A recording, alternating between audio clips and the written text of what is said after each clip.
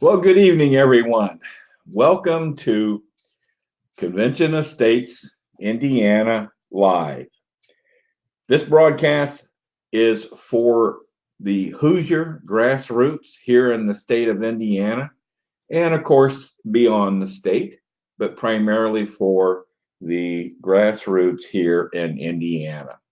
Okay, let me bring myself back up here and so I can talk to you.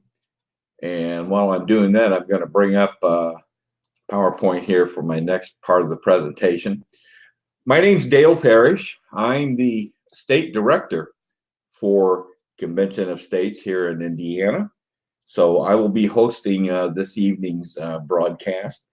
First of all, I want to tell you now. Last week on this broadcast, if you were had tuned in to us, we encountered a technological problem and the broadcast just abruptly ended.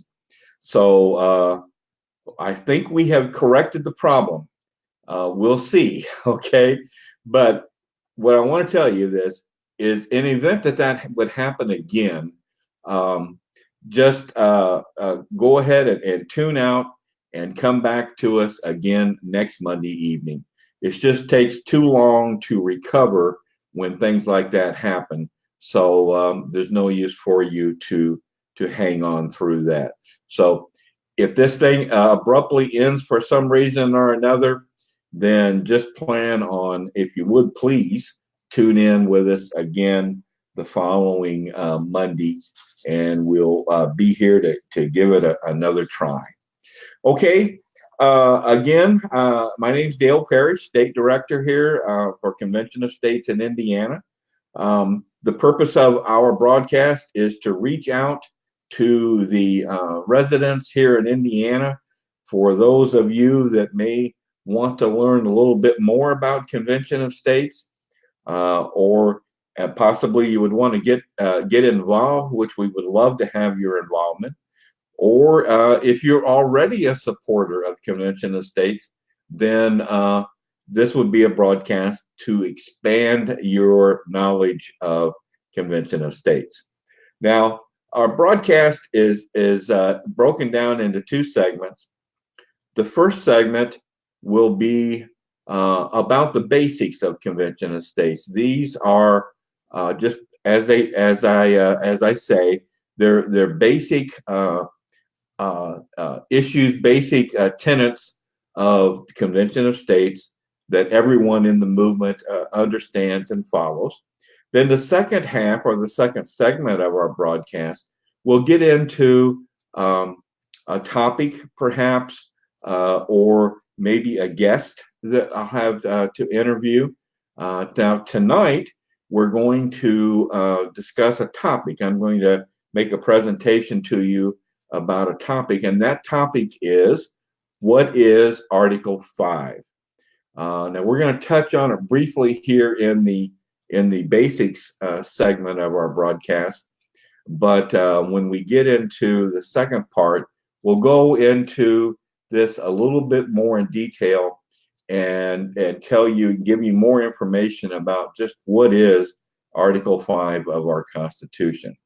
So let's, without further ado, let's get started on the basics presentation. And I'm going to hopefully bring up, there it comes, bring up the full screen so that everyone can see clearly what we're talking about. Okay, let's get started then.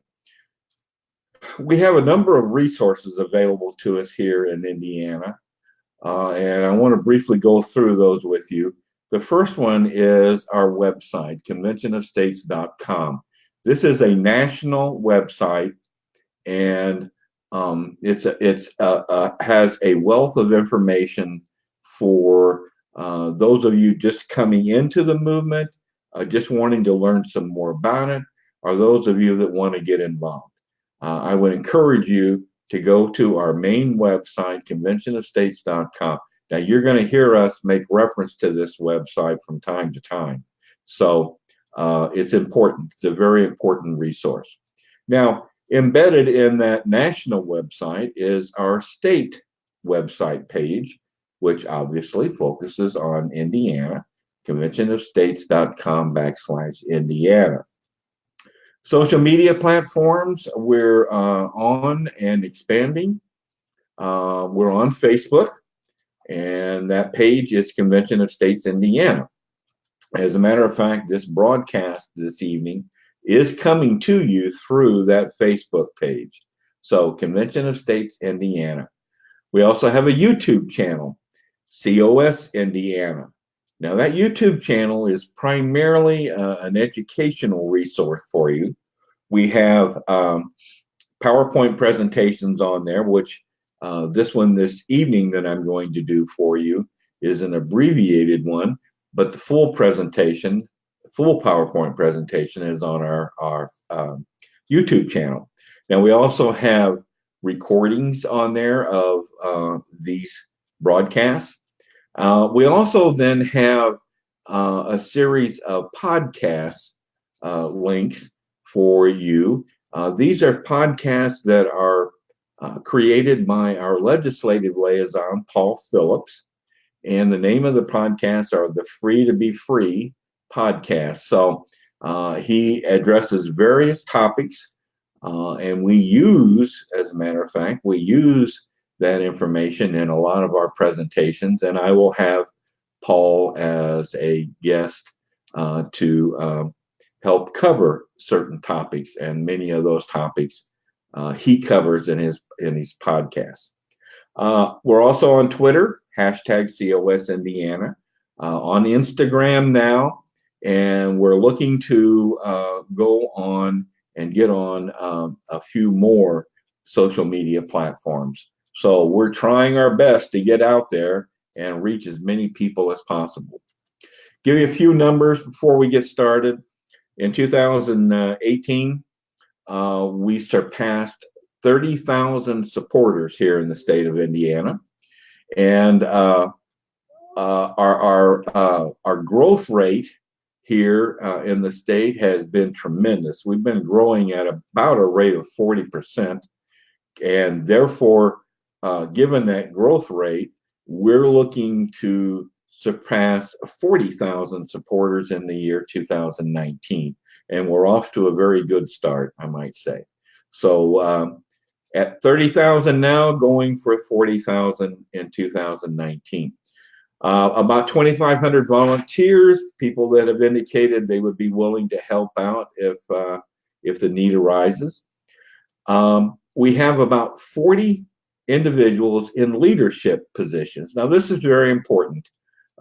We need more. All right.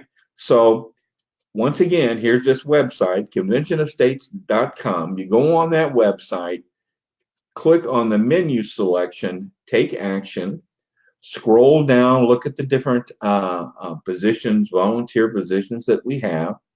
If any's of interest, anyone that is of interest, open it up, read more about it. And if you're very interested, go ahead and make application. All right. You're not obligated in any way, but when you make application, then your name comes up on a report, and then one of us can contact you privately and discuss that further with you.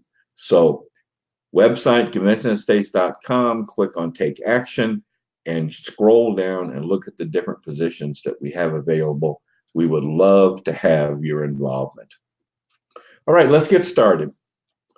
In Indiana, we have our vision statement, and our vision is to build a Hoosier grassroots community of citizens and legislators dedicated to the constitutional concept of self-governance. So this is what we are striving to achieve here in the state of Indiana. Everything we do is directed toward achieving this vision.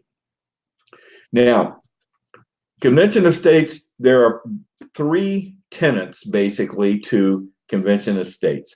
The problem that we see with the federal government, what we see as the solution, and our plan to implement that solution. So let's look at the problem. Basically, the problem is we think the federal government's out of control. Basically, it lacks the people in our federal government lack the will and the courage to address some basic structural issues that we believe are very important. Now, we're not blaming any one political party here. Actually, both parties have contributed to this problem, and it's been going on for decades. This is not something that just happened recently. This has been going on, like I said, for decades. So that's the overall problem. Now, within that problem, we have identified three major abuses that we feel we need to address. The first one is, of course, our debt. As you know, we've just surpassed $22 trillion in our national debt. Very little, if anything, is being done to address this, and we feel that steps need to be taken to address this federal debt. The second abuse has to do with our regulatory crisis. Yes, I know the current administration has been eliminating some regulations, but much, much more needs to be done, not only eliminating regulations, but controlling the individuals and agencies involved in creating these regulations, which is the administrative state. The administrative state now is definitely considered the fourth branch of government. And the third abuse has to do with state sovereignty. When our country was founded, we were founded on a dual federalism concept where the federal government and the states would share power. Well, that has all tilted in favor of the federal government, and we think career politicians play a major role in this happening. So the third major abuse has to do with state sovereignty here. All right, well, what's the solution? This is what we're all about, folks. This is the important part. The solution is an Article 5 Convention of States for the purpose of amending the Constitution. Amendments that would address the abuses that we've just identified. Now, Article 5, and we're going to talk more about this in the second half of tonight's broadcast, but we're going to touch on a few things right now. In Article 5, there are two methods described for proposing amendments to the Constitution.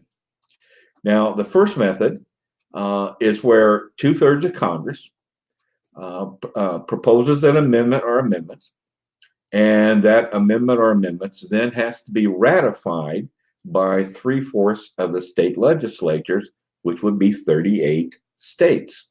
All right, that's and once ratified, then they would become amendments to the Constitution. Now, there's a second method in Article 5, and I'm going to identify that for you in the second half of the broadcast, but it's right there in Article 5. And that is where 2/3 of the state legislatures, which would be 34 states, 2/3 of the state legislatures meet and conduct a convention of states for the purpose of proposing amendments to the Constitution, which then have to be ratified, just like in the first method, have to be ratified by 3/4 of the state legislatures or 38 states. All right, so that's the second method of proposing amendments, and this is what we want to see happen here in Convention of States. What's our plan? Well, our plan's got two parts to it. First of all, to get 34 states to make application, it's also referred to as the resolution, but to make application to conduct this Convention of States, we have literally designed the application so that we can get 34 states to actually use this application. And that's important because they all need to be the same. That's called aggregation is the term for that. So they all need to be the same. So we have already designed the actual form to be used. that form in the subject matter of the resolution or the application, which is very important because that determines the agenda of the convention. Our subject matter addresses three areas.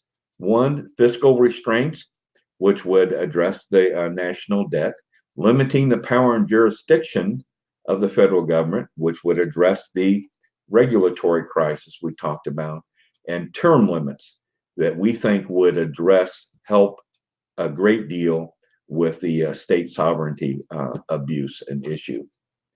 So that's the first part of our plan. The second part of our plan is to mobilize the grassroots. And that grassroots includes you, me, our state legislators, mobilizing these individuals to bring this Convention of States about. Now, I mentioned we need 34 states to make this happen. We currently have 15.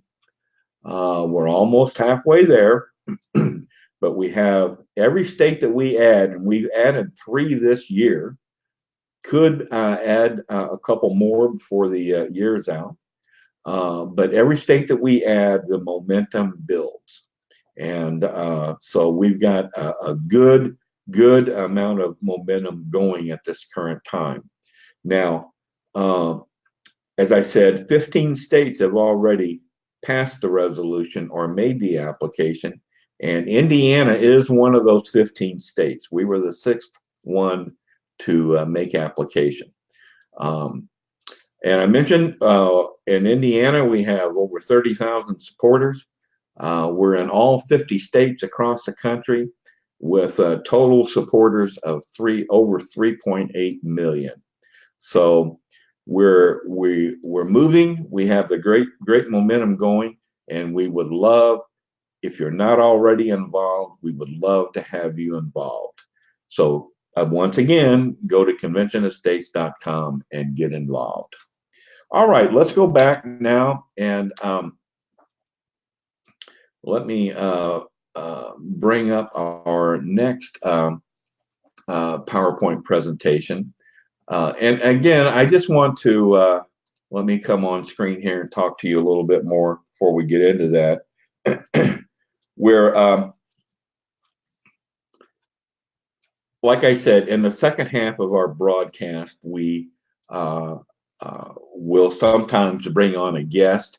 Other times we'll discuss a topic. Maybe I'll be making a presentation on a topic like I'm going to do this evening, or we'll have someone else maybe join me to discuss a topic, or I may have a guest that will discuss the topic totally by that individual. So we're trying to vary things and have some variety in how we bring our presentations to you. So without further ado, let's get going on the second half of our presentation this evening. And let me make sure that I can once again bring that screen up, full screen for everyone to see. And I think that should be coming up here anytime now. What's happening here? Why is it not coming up? All right. Okay.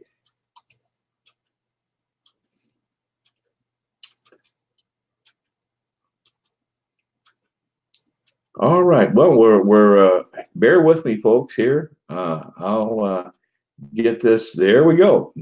All right. I just wasn't pushing the right, clicking on the right things, I guess. All right.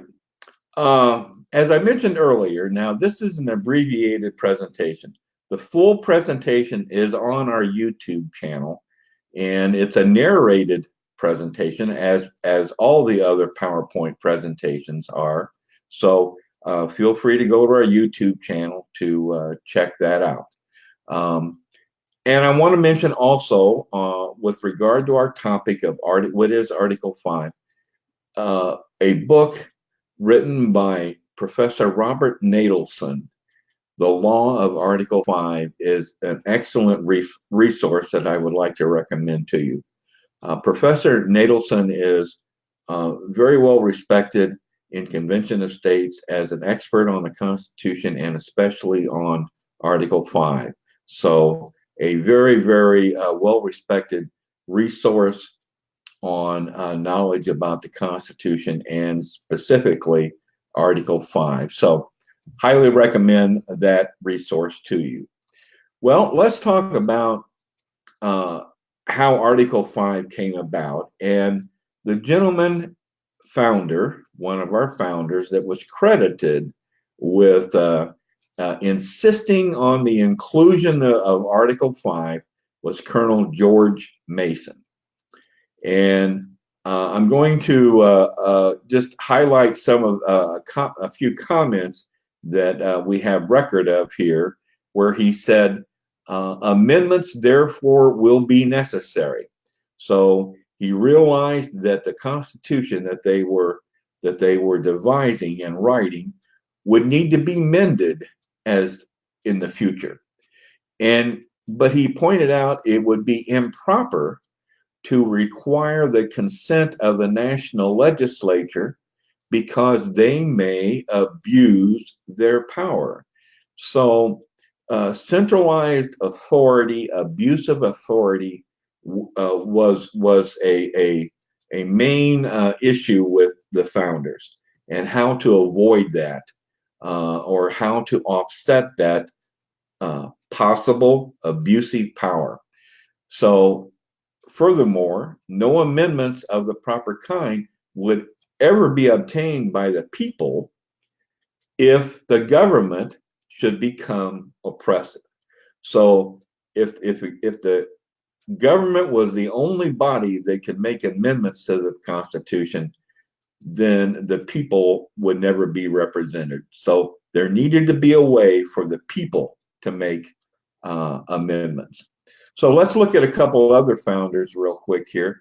James Madison. Now we have to go to the Federalist Papers for this one and the next one. So James Madison stated in Federalist 43 that either the federal or the state governments can originate the amendment process. So they wanted to, in addition to the federal government, they wanted the states to be able to initiate the amendment process. Well, Alexander Hamilton in Federalist 85 also said, we may safely rely on the disposition of the state legislatures to erect barriers against the encroachments of the national authority. So they were wanting to provide a way for the states to erect barriers, was the terminology used here, against the national authority. So now let's look at Article 5. I won't read the whole thing to you, but this is Article 5. This is Article 5 in its entirety. It's not very long, but this is it. So let's break it down because, as we said before, there are two methods of amending the Constitution right here in Article 5. There are two methods. So let's look at each method and where that is described, where each method is described in Article 5. The first method, the Congress, whenever 2/3 of both houses shall deem it necessary, shall propose amendments to this Constitution, when ratified by the legislatures of 3/4 of the several states or by conventions and 3/4 thereof.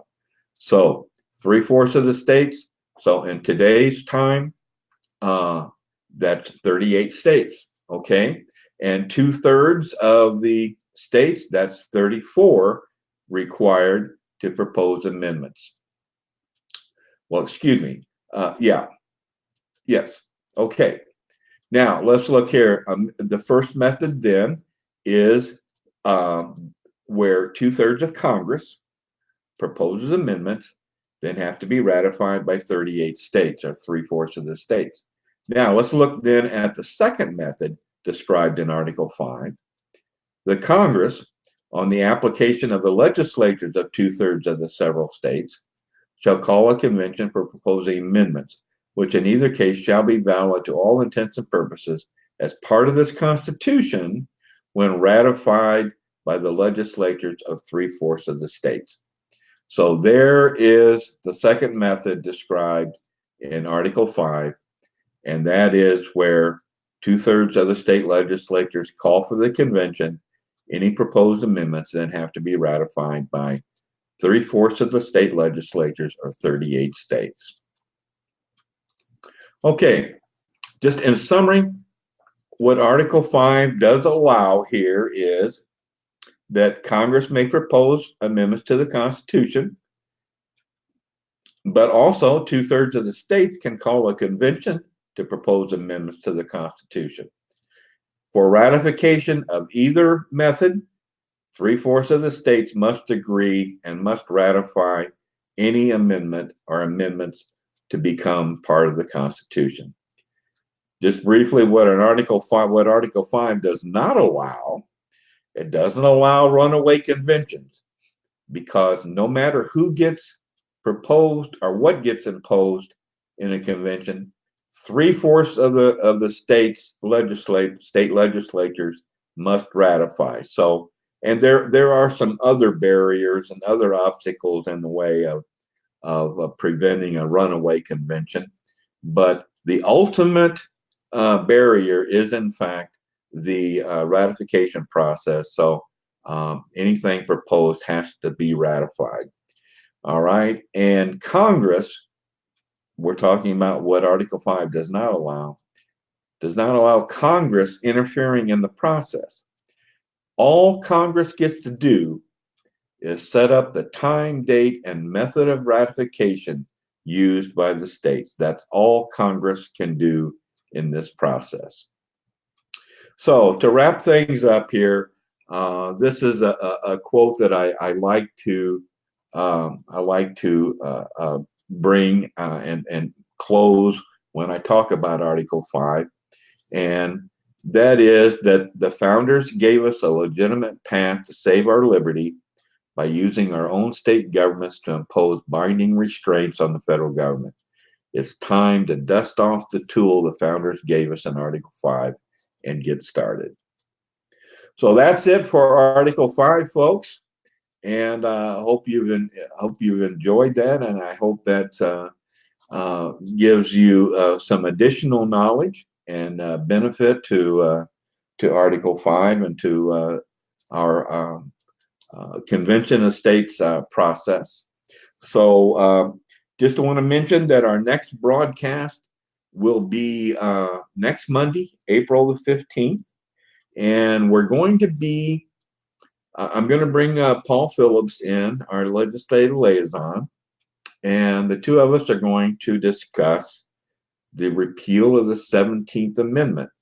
Now, the 17th Amendment is very, very interesting.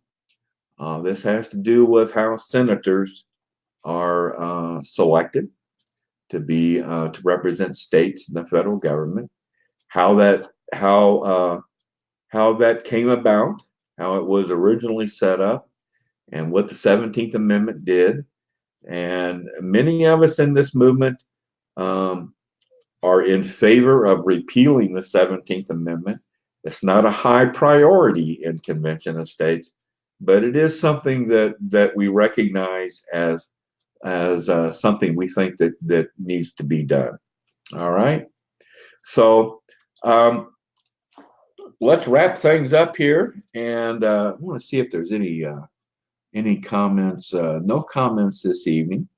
So okay, we'll move on here, and I want to close once again with my favorite quote, or actually, I'm going to paraphrase it, but it has to do with who decides. Okay, and this is a quote. Again, I'm going to paraphrase, but this is a quote that our president, Mark Meckler, frequently states, and that is that our country is faced with a fundamental question. Okay, the question isn't what should we do. The question is, who will decide. And we think here in Convention of States that it's we the people that should decide. We the people, through our, of course, through our state governments and through our state legislatures and through conducting a Convention of States, we think that it's the people that should be deciding many of these issues and questions. So once again, I want to thank you for tuning in. Our next broadcast, again, will be next Monday evening, April 15th, and our topic will be the 17th Amendment. All right, everyone, thank you again for joining us tonight. Have a good night. Thank you. Good night.